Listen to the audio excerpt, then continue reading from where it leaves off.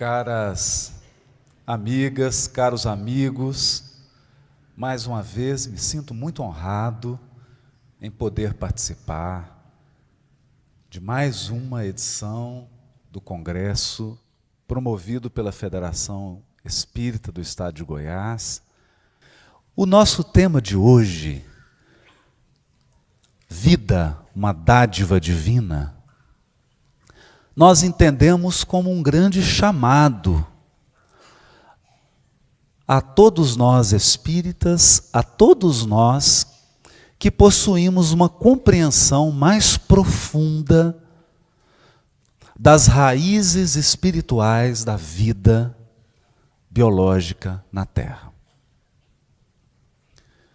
Nesses tempos tormentosos, em que se advoga o aborto, a pena de morte, a eutanásia, nesses tempos de transição planetária, em que a violência se tornou banal, em que para furtar e roubar um objeto barato, vidas são ceifadas, nós que temos a compreensão da imortalidade da alma, não podemos silenciar a nossa voz. Precisamos bradar pacificamente, conclamando as consciências a examinarem a vida sob um outro prisma.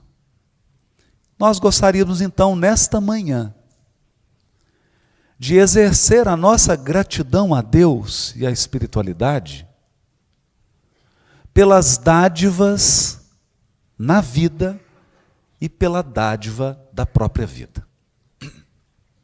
Começamos então pensando em outras espécies biológicas.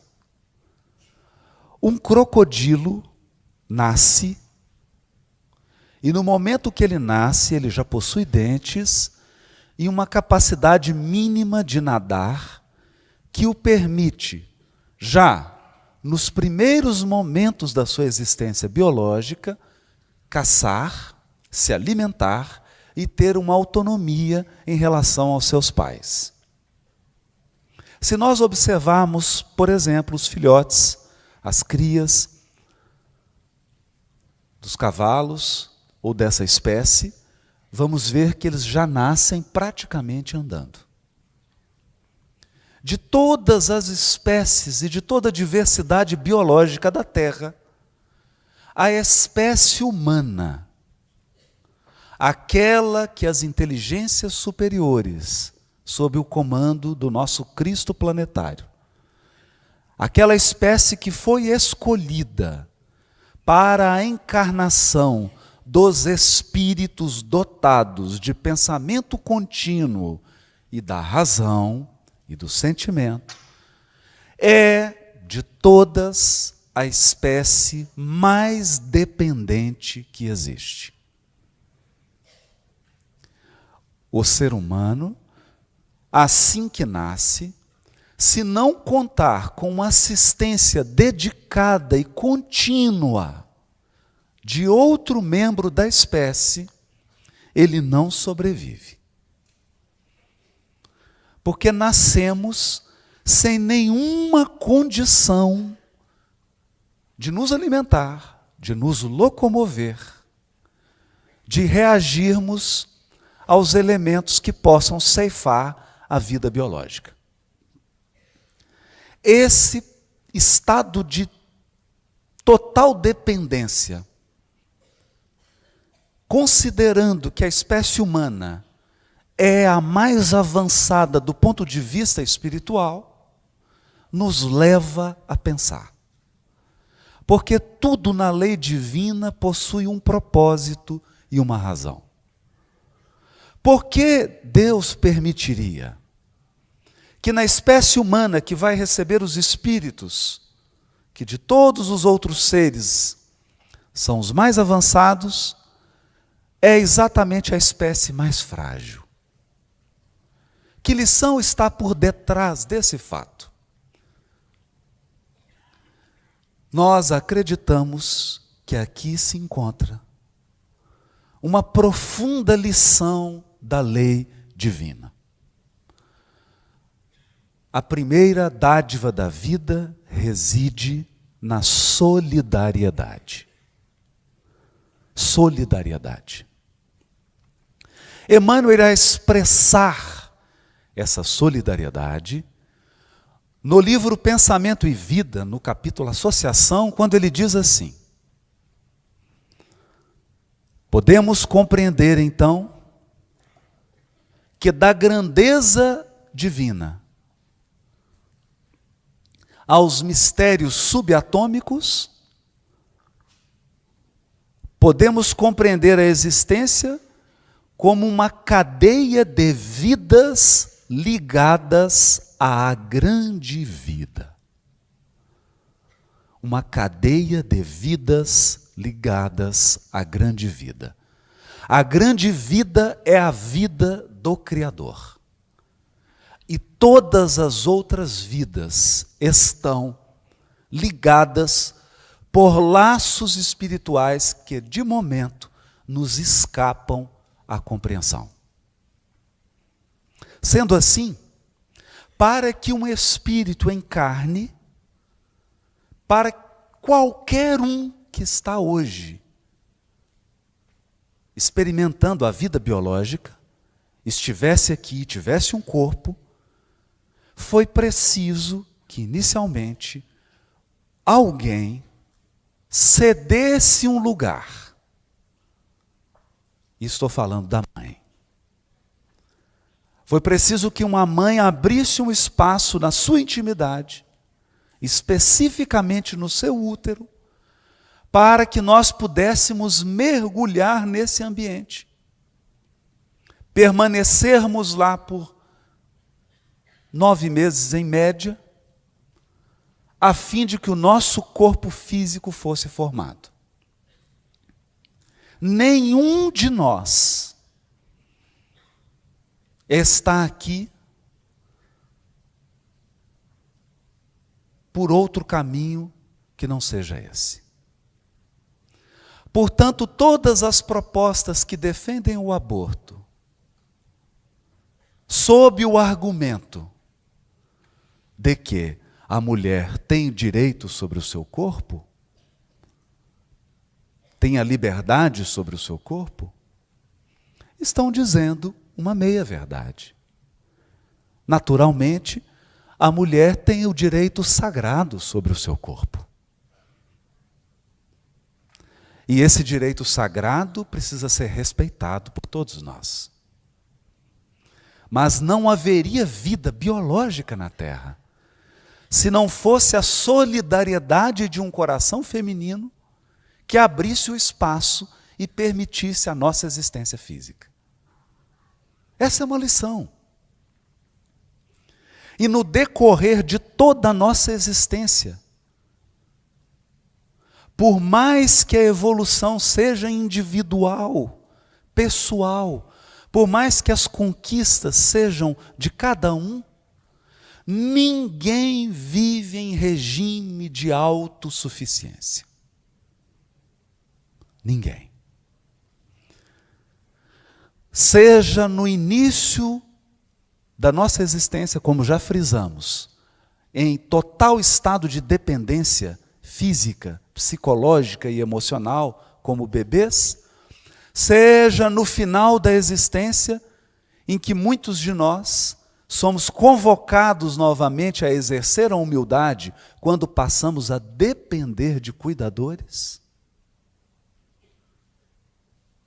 que garantem a nossa segurança, porque em razão do avanço do corpo físico,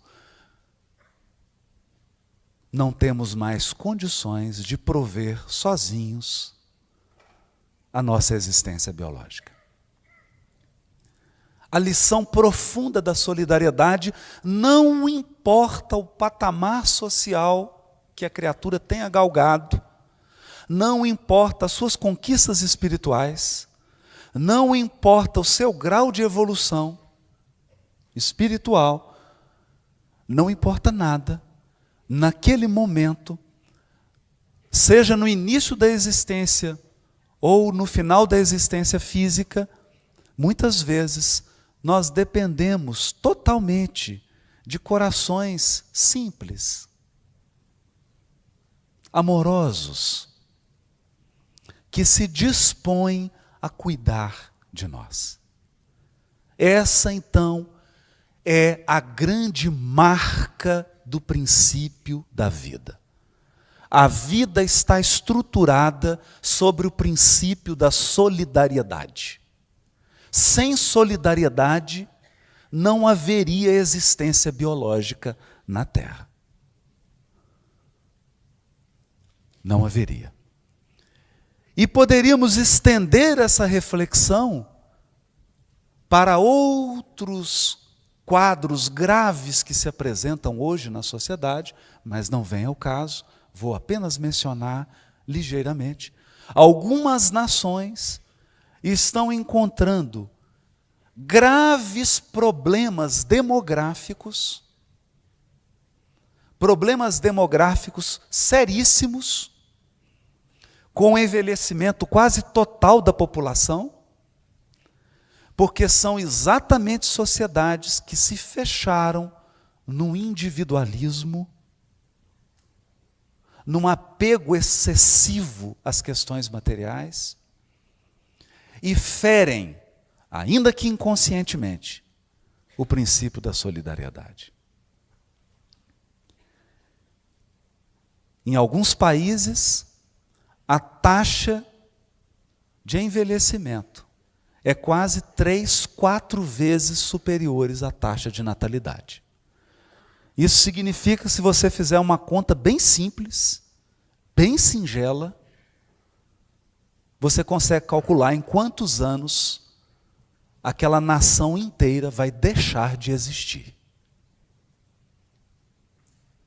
Por quê? Muitas vezes, porque os habitantes daquela nação não querem ter o incômodo de uma criança.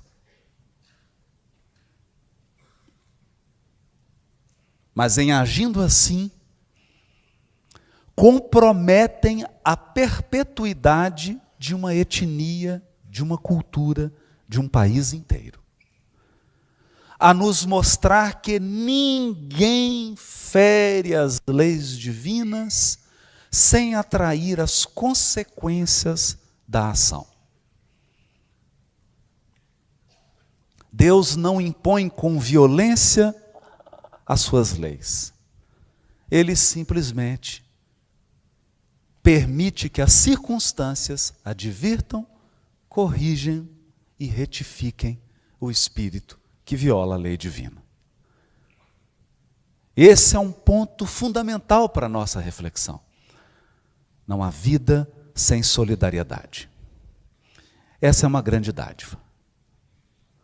Uma grande dádiva da vida. A segunda dádiva da vida pode ser expressa numa frase que está na introdução do livro Pensamento e Vida, em que Emmanuel diz assim: o nosso pensamento cria a vida que buscamos, até que um dia, vírgula, no curso dos milênios, vírgula, nos identifiquemos com a sabedoria infinita e com o amor infinito que constituem o pensamento e a vida de nosso Criador. Isso significa que o Criador, todo-poderoso, onipotente, onisciente, inteligência suprema, amor infinito, não impõe aos seus filhos os seus parâmetros de vida. Cada um de nós possui a liberdade relativa, é claro, de gerir e construir a própria vida. Nesse sentido, é valiosa a lição de André Luiz, no início do livro Evolução em Dois Mundos, quando nos chama de co-criadores. É claro, nós não somos co-criadores de mundos ainda, não somos co-criadores de galáxias, mas somos co-criadores do nosso destino. Nosso pensamento molda a vida que vivemos. E o Criador, na sua sabedoria, nos permite escolhas, mesmo sabendo que elas são equivocadas. Isso significa que Ele nos observa errando. Ele nos observa traçando caminhos que são mais longos.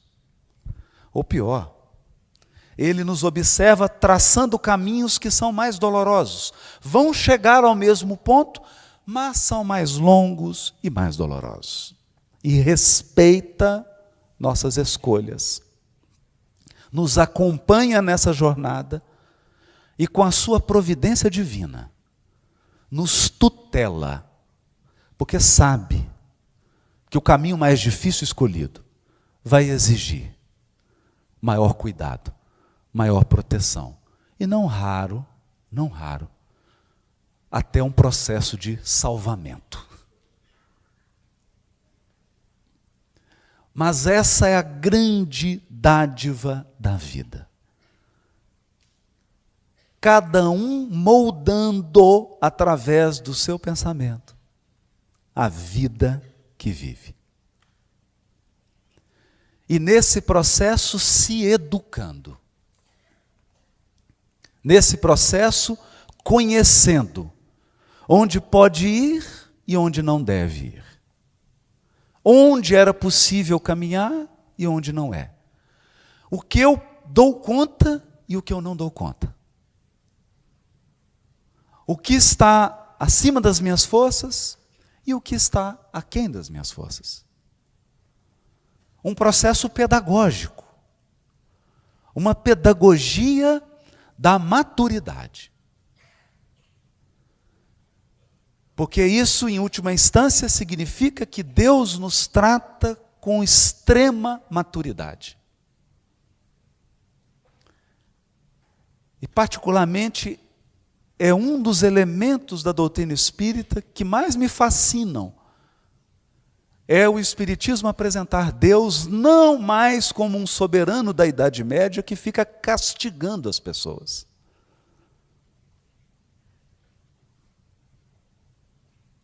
Um pai que fica te vigiando para toda hora te colocar de castigo. Ou pior, um rei insensível que sente prazer em ver os seus filhos chorando. Não. A doutrina espírita, resgatando a essência do Evangelho, nos apresenta um Criador que é sabedoria infinita. Não há ingenuidade na condução divina dos nossos destinos. Ninguém surpreende Deus. Ninguém engana Deus. Ninguém barganha com o Criador. Ele é inteligência divina. Ele sabe dos nossos passos. Ele sabe das nossas possibilidades e do alcance das nossas escolhas e das nossas ações. Por outro lado, ele é amor infinito. Ou como diz Maria Dolores no poema Esperança, no coração da altura, Deus também espera.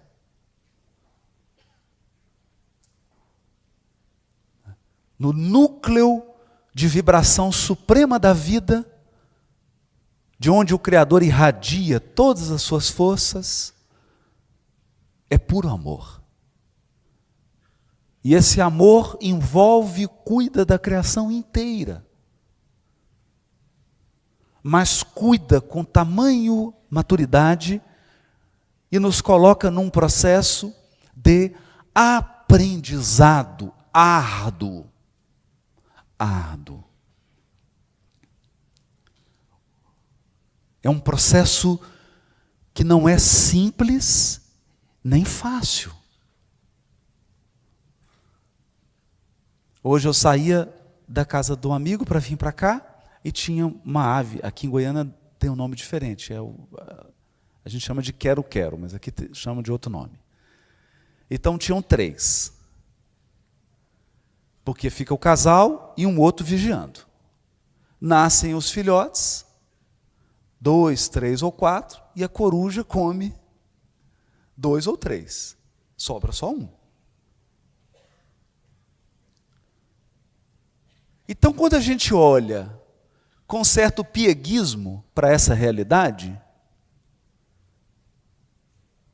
ou quando você olha numa savana africana, a quantidade de zebras que são devoradas por crocodilos e leões, e esse ciclo da vida biológica, muitos ficam espantados, com animais sofrendo, morrendo. E alguns se perguntam, qual que é o karma desse quero-quero? O que será que ele fez para a coruja comer? Não é? Quando Kardec aborda esse tema no livro A Gênese, ele diz assim: não sabemos porque o Criador escolheu essa forma para a evolução biológica, porque a essência espiritual é indestrutível. A essência espiritual está acima desses processos biológicos de vida e morte. É por isso que André Luiz diz no livro Nosso Lar: a vida não cessa, nem a sua, nem a do quero-quero. A vida não cessa. A essência espiritual é eterna, imortal. Mas biologicamente ela está sujeita a esse processo. E o que ela está aprendendo ali? O que aquele princípio inteligente está aprendendo ali como quero-quero?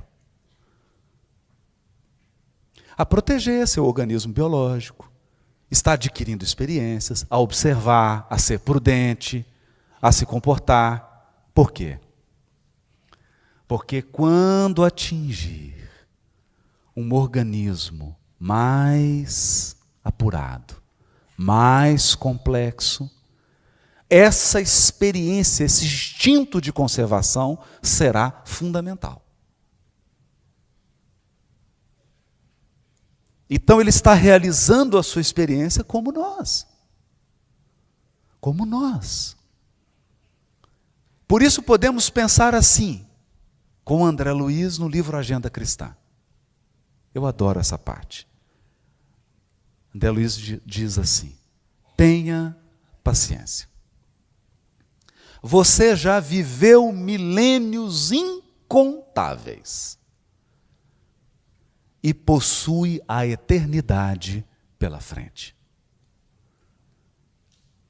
Você já viveu milênios incontáveis e possui a eternidade pela frente.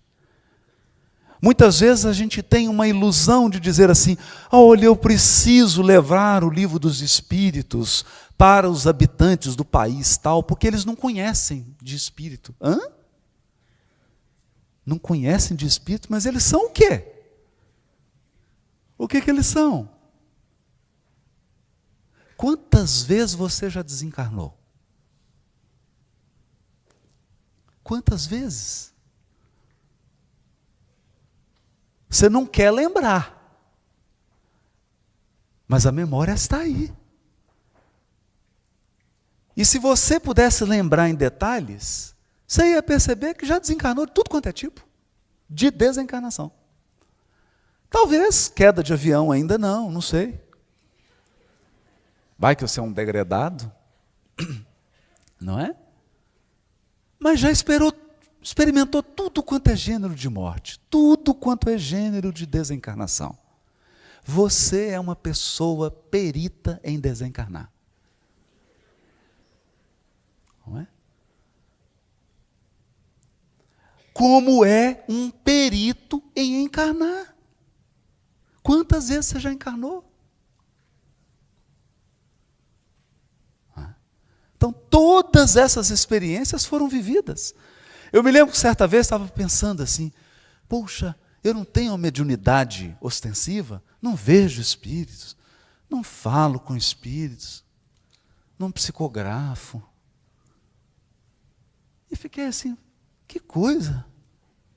Fui para a reunião mediúnica sem falar nada. Chegou uma senhora, uma médium nova, e aí, numa psicofonia, o espírito falou comigo assim, fica tranquilo, viu, Haroldo?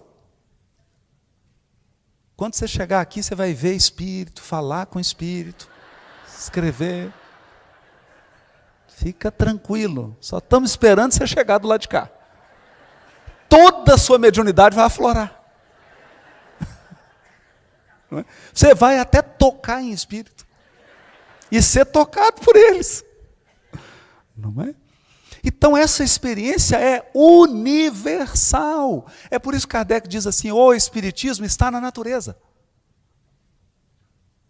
O espiritismo, podemos dizer, está na natureza íntima de cada criatura encarnada no planeta.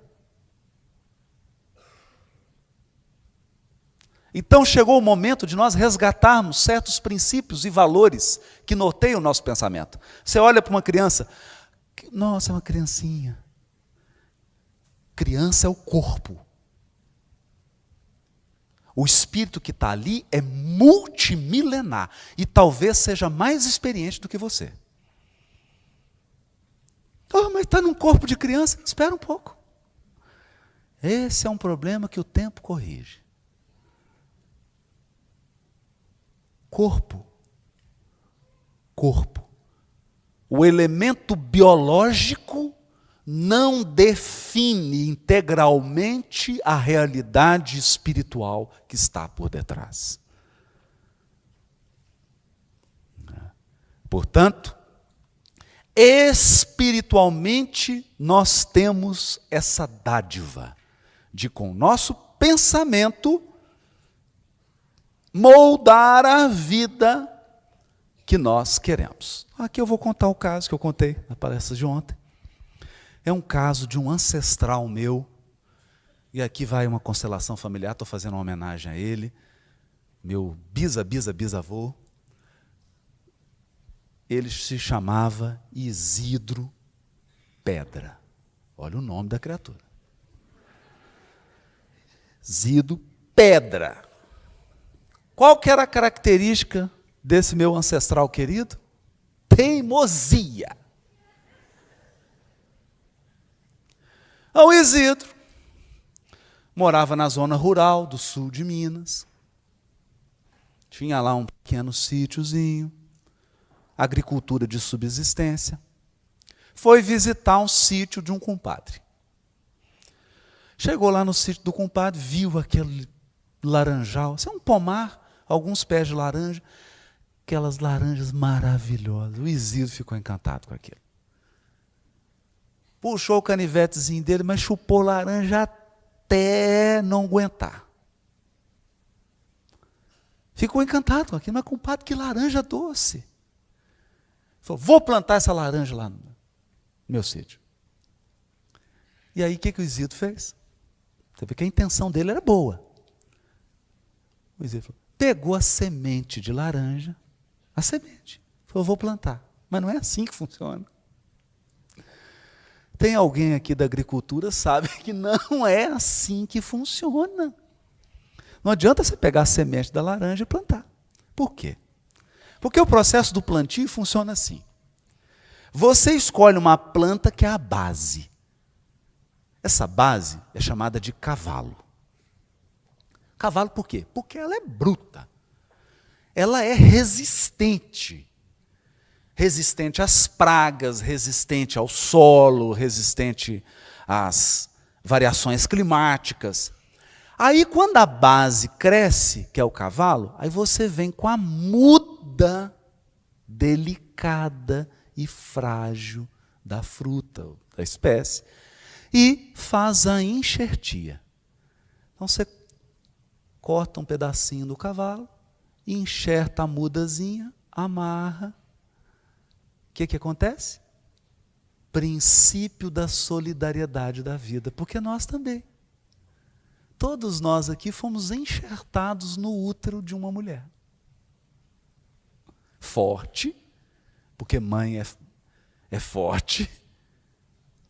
Mãe é forte. Vela por nós. Cheguei aqui em Goiás, a minha ligou. Falei, mãe, cheguei lá. Graças a Deus você pousou. Nossa, morro de medo desse negócio do avião. Tanto avião caindo. Eu falei, mãe, mas onde a senhora viu o avião caindo, mãe? Tanto tempo que não tem notícia de um avião caindo. Não, toda hora cai aí helicóptero, mas não é avião. Eu não estou andando de helicóptero. Ela fica preocupada, pousa, tem que ligar. Mãe, pousei. Graças a Deus, Nossa Senhora. A mãe é assim. Então, a plantinha é enxertada, ela cresce e dá laranja. Só que se você pegar a semente e plantar, o que vai dar? O limão, que é o cavalo.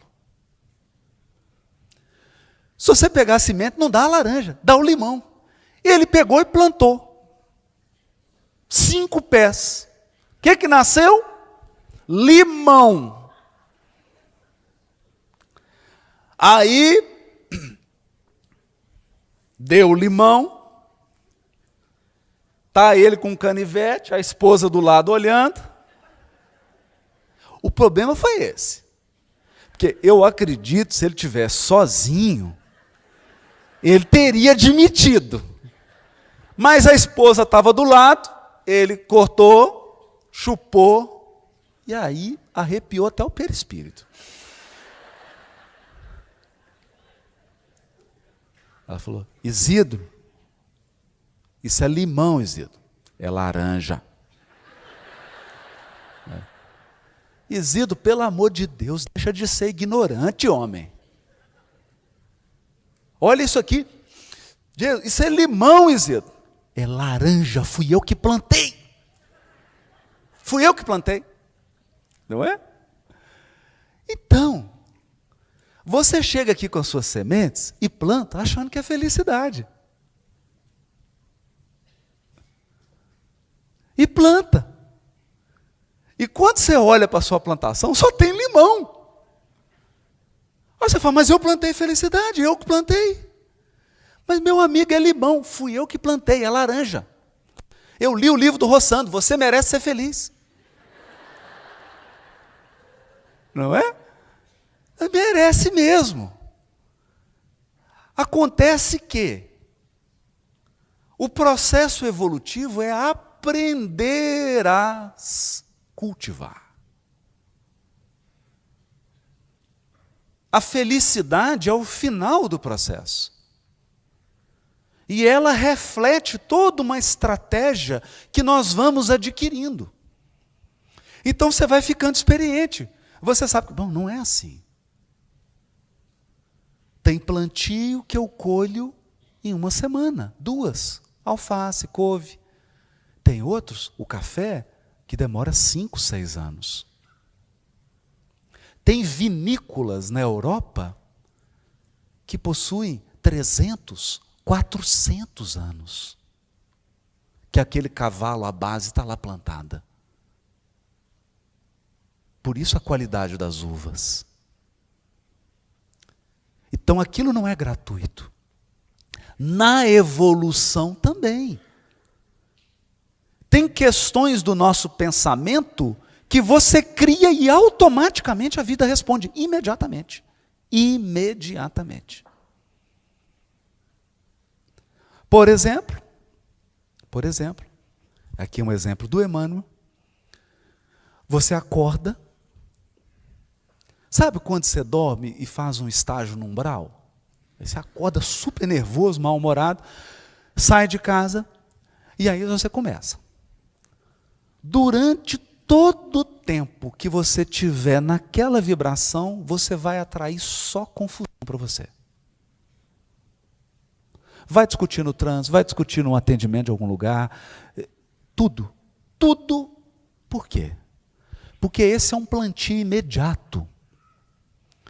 Então, se o seu pensamento está gerando esse tipo de atitude, a resposta das pessoas é automática. Automática. Outro exemplo do Emmanuel. A criatura que é extremamente crítica. Extremamente crítica. Então, você chega aqui e fala assim, nossa, mas a organização caprichou esse ano, né? Tá lindo esse palco. Que coisa maravilhosa. Tá lindo. Ela fala, mas tem um esparadrapo ali no fio, ó. Você fala, meu Deus do céu, como é que essa pessoa foi capaz de enxergar um esparadrapo? E o problema é que ele passa o congresso inteiro olhando para ali. Aí você pergunta para ele, você gostou do palco? As frases que tinha lá?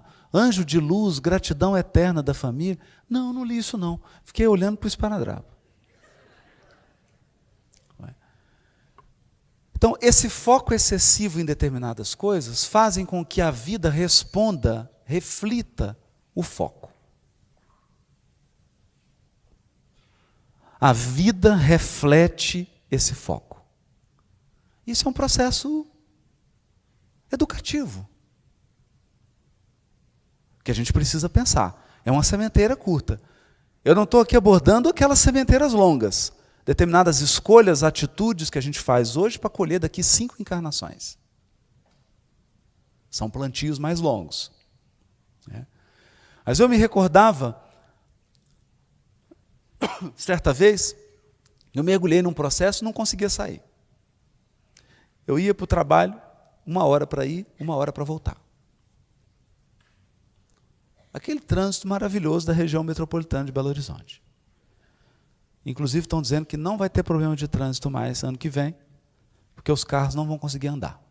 Então, acaba o trânsito. Então era assim, estava ansioso para poder chegar no trabalho, para poder ir no caminho. Na hora que eu colocava o carro para fora da garagem, todos os motoristas lentos da região metropolitana combinavam de encontrar comigo e entrar na minha frente. Então, saía com o carro, aí o primeiro falando, não é possível, meu Deus do céu, andando a 20 por hora. E aí você fala, ia, e aquilo começou, era na ida, na volta, na ida, na volta, na ida, na volta. Eu falei assim, que carro é esse? Nunca vi isso. Então, li esse negócio no Pensamento e Vida e falei assim, eu estou achando que eu estou criando isso. Eu estou criando esse negócio. E aí veio um convite para fazer uma palestra no Congresso Espírita da Federação da Espanha. Eu falei assim, e tinha que ser espanhol. Eu falei, misericórdia. Eu falar em espanhol. Aí eu falei, vou fazer um curso de espanhol enquanto eu vou para o trabalho e volto. Aí coloquei o curso de espanhol. Gente, mas todo mundo que entrava na minha frente andava rápido. E eu doido para entrar um lento, né? Nossa, para poder demorar mais para chegar. E estava na lição, né? E faltava ainda um pedacinho da lição. Chegava. Falei, nossa, mas foi rápido demais a conta. Cadê os motoristas lentos? Eu espantei todos. Então, o pensamento cria a vida que procuramos. Até que no curso dos milênios nos identifiquemos com a sabedoria infinita e com o amor infinito que constitui um pensamento e a vida de nosso Criador. Então, essa é uma dádiva. Isso é uma dádiva. A terceira dádiva que eu gostaria de chamar a atenção, são muitas dádivas, eu escolhi 4. A terceira dádiva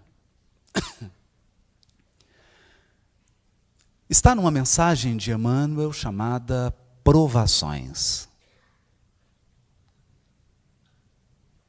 Se a provação chega em seu caminho, não te detenhas, siga em frente. Todos nós nascemos com lições e problemas. Pelas tuas tendências saberás por que sofres. Ninguém te estrague o dom de renovar a vida. Ninguém te estrague o dom de renovar a vida. Segue adiante, Deus te orientará.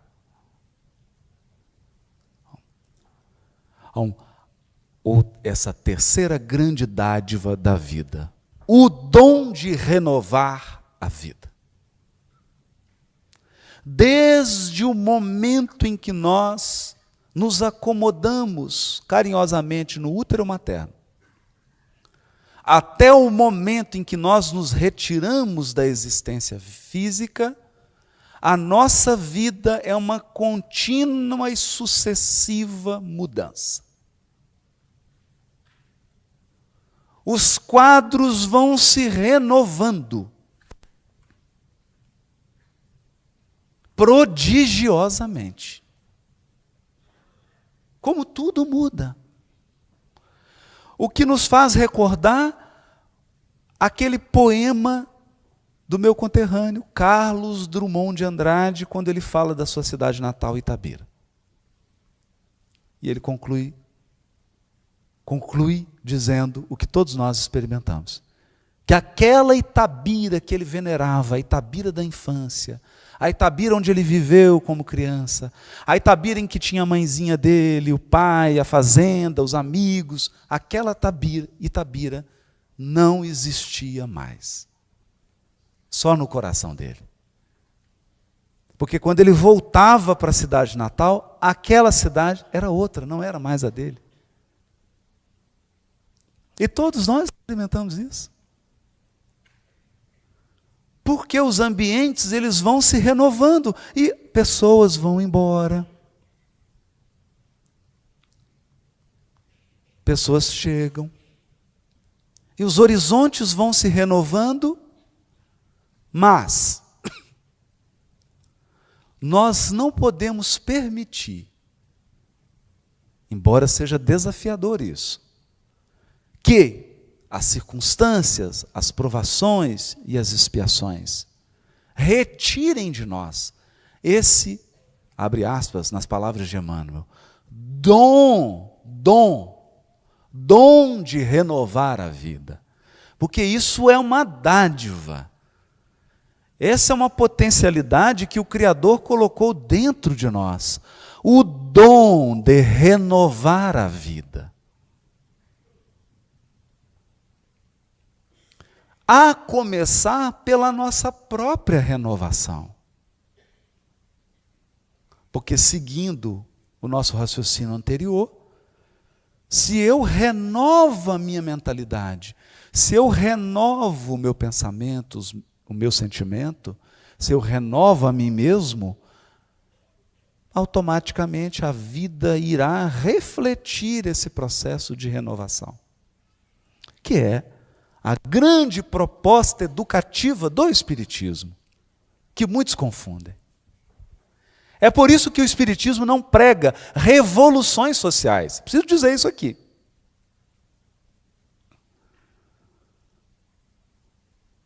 O Espiritismo não prega processos de mudança que começam por fora. Sabe por quê? Você pode pegar um livro de história e estudar a história dos últimos 3.000 anos. Qual o processo que começou por fora que deu certo? Fala para mim. Qual? Pode escolher a região que você quiser do planeta.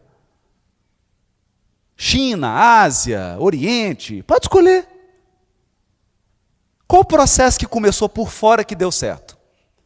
Se isso fosse bom, Jesus teria começado por fora.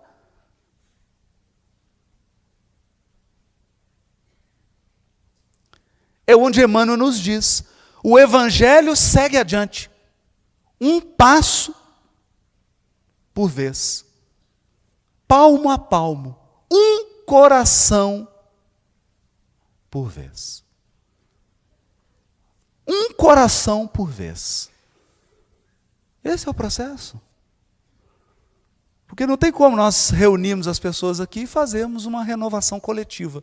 Eu vou dar um passe aqui agora, está todo mundo renovado. Resolveu. Se fosse esse o problema, era simples. Jesus mandava um WhatsApp para os cristos, que são seus amigos, e falava assim: vamos para a terra renovar todo mundo?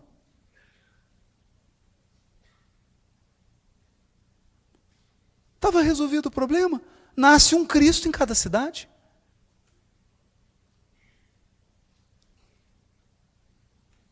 Então, os processos profundos de renovação começam dentro.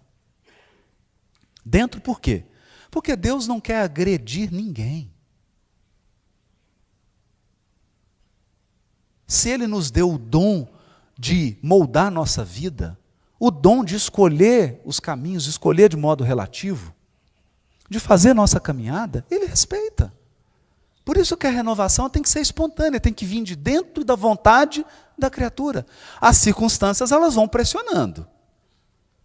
Os fatos exteriores, eles vão se agravando, vão pressionando para que a gente mude interiormente. Mas ninguém é agredido na sua intimidade para que realize um processo de renovação. E não há nenhuma mágica, nenhuma varinha de Harry Potter mágica que mude pessoas.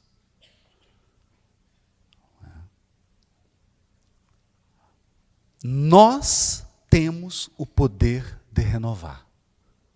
Nós podemos usá-lo ou não usá-lo.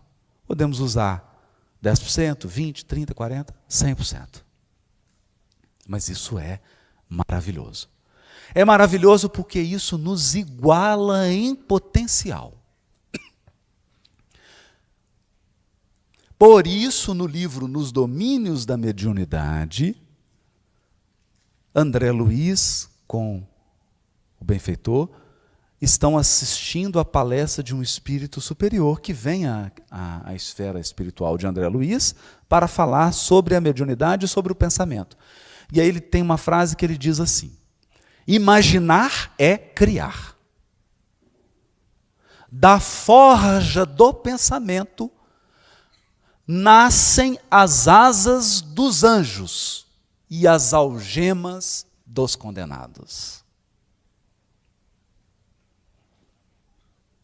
Olha que interessante.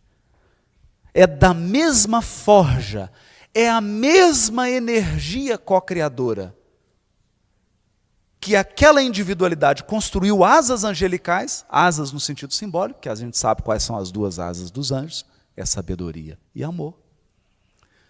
Mas com essa mesma energia, você pode criar grilhões de expiação. Grilhões de compromisso espiritual que serão necessários séculos e séculos para dissolver. É assim. Então ninguém está por acaso numa determinada situação. Mas se você um dia, e esse é o ponto que a gente gostaria de frisar, porque muitas vezes nós espíritas caímos numa armadilha de adotar um discurso assim: ah, é causa e efeito. Não, estou pagando. Mas a gente não pensa na causa. Ok, se hoje você está resgatando, se hoje você está recebendo o livre-arbítrio que você exerceu no passado, porque resgate é isso. Você escolheu lá atrás, como Isidro Pedra, plantar limão, achando que era laranja, e agora vem o limão.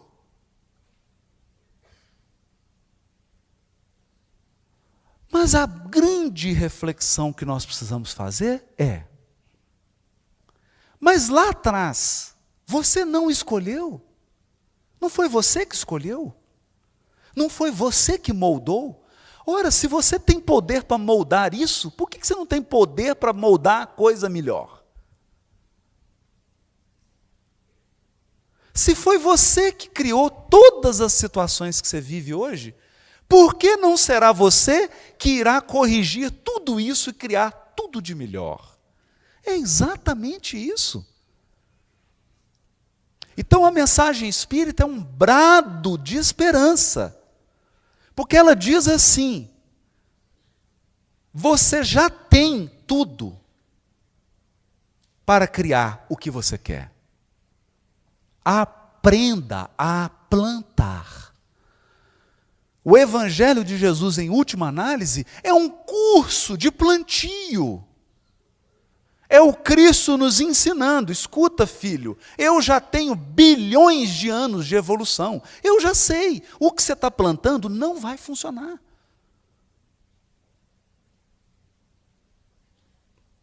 Deixa eu te ensinar a plantar. Me escuta. É isso. Por isso o benfeitor Emmanuel dizer: ninguém estrague o teu dom de renovar a vida. Renovar. Nós não encarnamos apenas para resgatar. Nós encarnamos mais ainda para renovar. Renovar. Porque no mínimo, se pelo menos você for resignado, você já sai mais leve dessa encarnação. Já sai mais leve. Eu resgatei aqui. Então você veio assim, uma complicação, agora já está mais suave. Apenas de ser resignado e atravessar as crises, as dificuldades, você já sai mais leve, mais renovado, com mais possibilidades para o futuro. Renovação. Essa é a grande mensagem espírita. Essa é a grande mensagem do Evangelho à luz da doutrina espírita. Renovação. Né? E é a dádiva da vida. É a dádiva da vida. E por fim, um elemento que às vezes a gente não pensa. Às vezes a gente não pensa. Mas é natural. É muito natural. No livro Renúncia,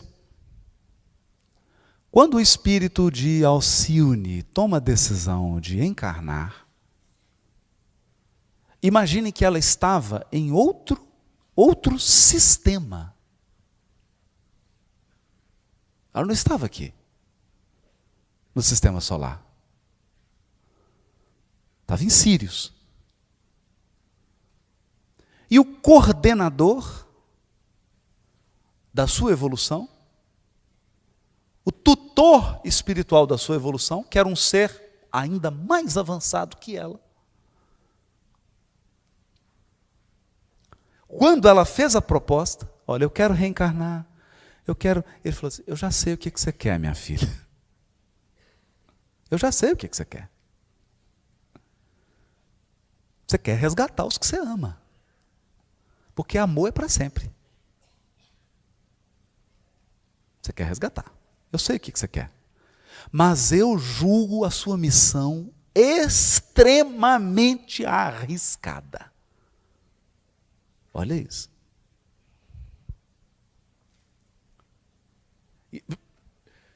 Gente, está conversando, é conversa de Antênio com Alcione, hein? Não é espírito no umbral programando reencarnação, não. Nós estamos falando de espírito top.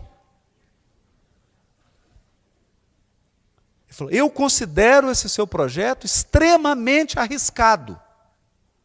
Muitos saíram daqui nesse tipo de projeto e regressaram carregados de débitos. Aí deu um frio assim na espinha, né? E aí ele vai explicar por quê. Ele vai dizer assim: tão logo você tome um corpo físico, você vai experimentar coisas que só quem tem corpo físico experimenta.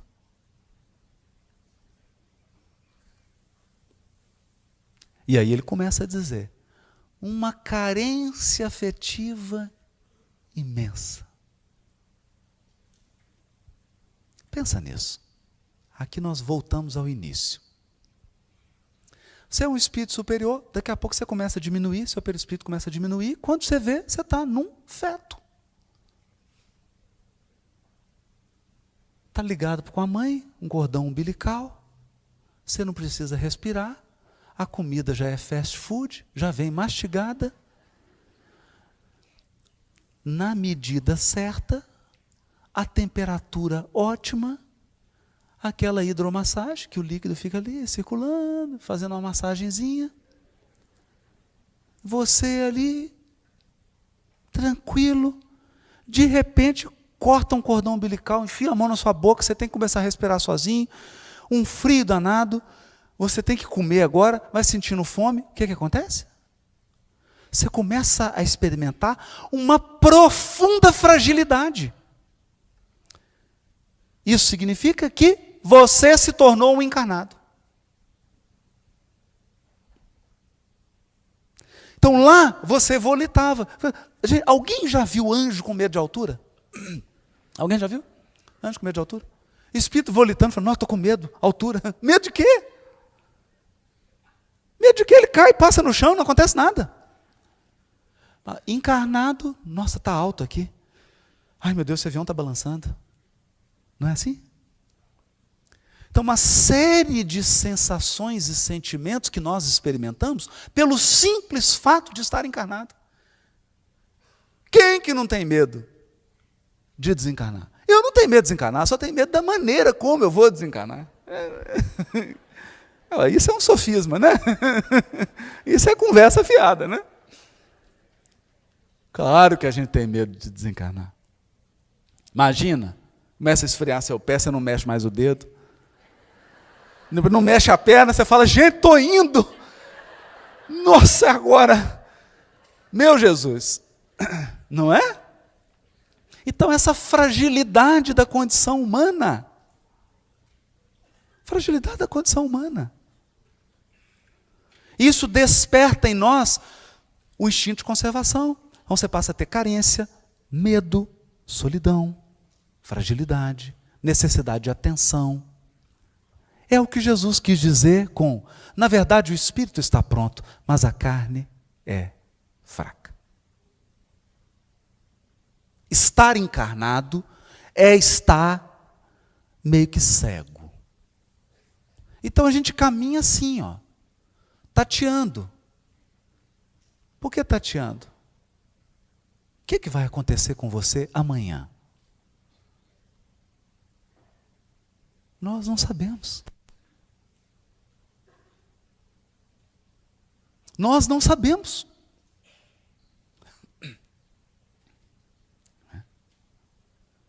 Então, essa condição de fragilidade, disse Antênio Alcione, pode tornar você muito frágil para a missão difícil que você irá desempenhar na Terra. E tem um outro elemento. Você vai encontrar com certos espíritos que são profundamente ligados a você e eles estão numa situação muito difícil. E eles podem te colocar numa situação difícil. Porque você os ama, você está do lado deles. Você vai estar vivendo a situação que eles criam. Não é? E ela veio, de fato foi desafiador. Desafiador, foi mais difícil do que ela imaginava, muito mais difícil do que ela imaginava. No entanto, ela demonstrou uma resistência, uma resignação, heroína, e conseguiu vencer, mas não atingiu os propósitos que ela gostaria de atingir. O aproveitamento não foi aquele que ela gostaria, mas a semente ficou plantada. Foi válido, valeu a pena, mas o resultado não foi imediato. Mas o Antênio tinha dito isso. Ganhou então em experiência, ela se aprimorou espiritualmente mais ainda, voltou maior do que era, e, de certo modo, aqueles espíritos ligados a ela, também deram um passo em lágrimas, em dor, em equívocos, mas deram um passo adiante. Mas o fato aqui, que é a quarta dádiva que eu quero chamar a atenção, é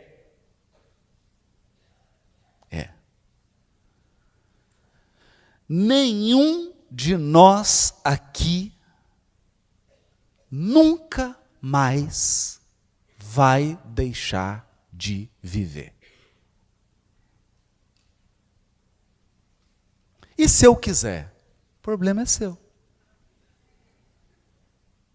Porque esse é um determinismo divino. A vida não cessa. Todos aqui temos a eternidade pela frente. Então, pensando na evolução, usando a régua da existência humana, porque se você mede a evolução pela régua humana, a régua humana ela tem o quê? 80 anos, 90, 100? 100 anos. Você fica medindo 100 anos, 20 mil é muito, né? 20 mil anos? Nossa, é muito. Eu estou medindo com a régua de 100, 20 mil é muito, né? Mede com uma régua de 1 milhão de anos. Com a régua de 1 milhão, 20 mil é nada, né? Com uma régua de 1 bilhão de anos. O que são 2.000 anos?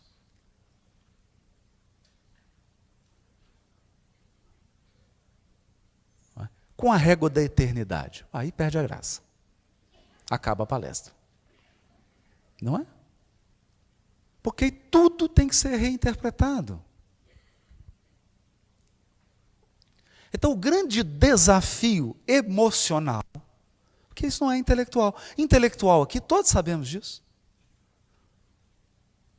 Intelectualmente, todos sabemos disso.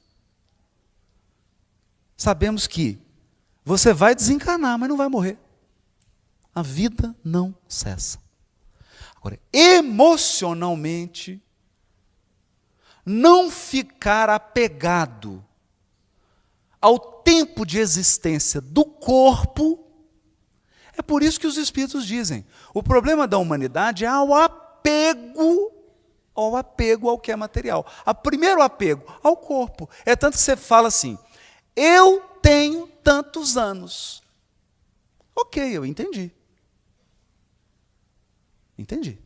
Eu tenho 47 anos. Deu para entender. Mas isso é uma verdade absoluta? Não. Quem tem 47 anos é esse meu corpo aqui.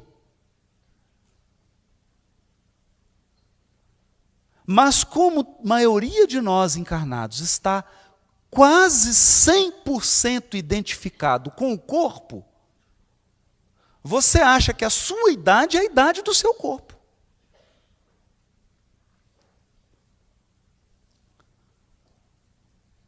Não é? Então, mesmo que você diga para a pessoa assim, meu amigo, eu te conheço de outros carnavais, lá do Egito. Aí a pessoa, não, eu só tenho 30 anos. Né? Eu acabei de ser criada. Eu fui criada por Deus na barriga da mamãe.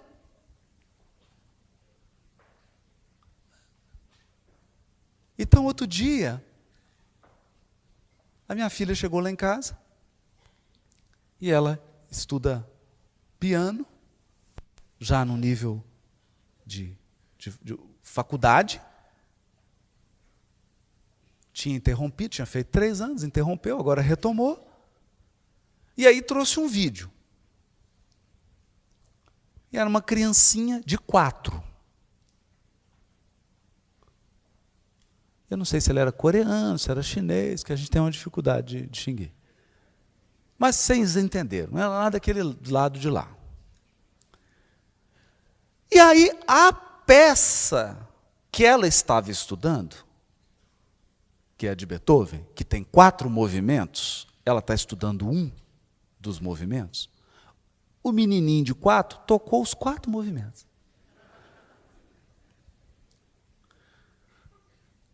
E aí ela chegou assim, pai, olha os dedinhos desse menino. Ele fazia assim, ó. Ela falou, meu Deus do céu, eu fico aqui estudando 4 horas, 5 horas, às vezes quando dá, várias horas por dia, esse menino chega 4 anos de idade. Não tem jeito, isso é impossível. E estudando, estudando. Na hora que acaba o vídeo, ele olha assim.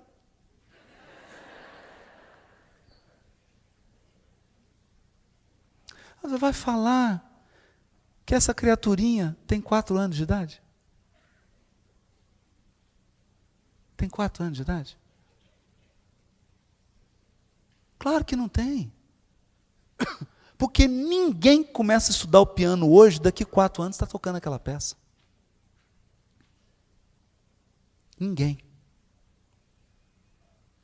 Então, está aí para todos os encarnados. Em qualquer cidade que você vai, em tudo quanto é família, tem provas inequívocas de que nós somos imortais, herdeiros de um patrimônio multimilenar. Essas provas estão aí. Para quem quiser ver, para quem quiser procurar. Mas só vai ver quem quiser. E qual que é a grandeza disso? Por que eu escolhi terminar com essa dádiva? Porque essa dádiva diz o seguinte: não fique tão apegado às condições atuais da tua existência.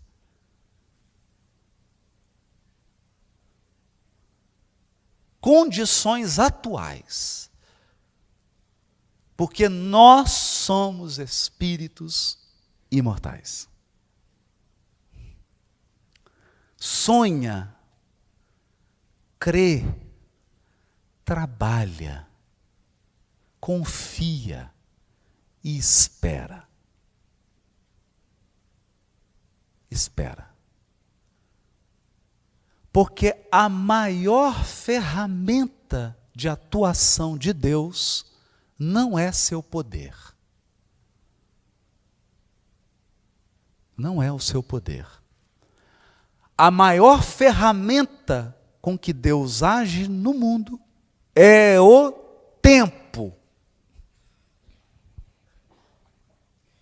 O tempo é a força poderosa de Deus que transforma tudo, tudo, tudo. Inclusive você, inclusive eu. O tempo é uma grande dádiva da nossa vida. E eu espero que a gente saiba aproveitá-lo. Uma boa tarde para todos, bom dia, um bom curso de seminário. Muito obrigado pelo carinho e atenção.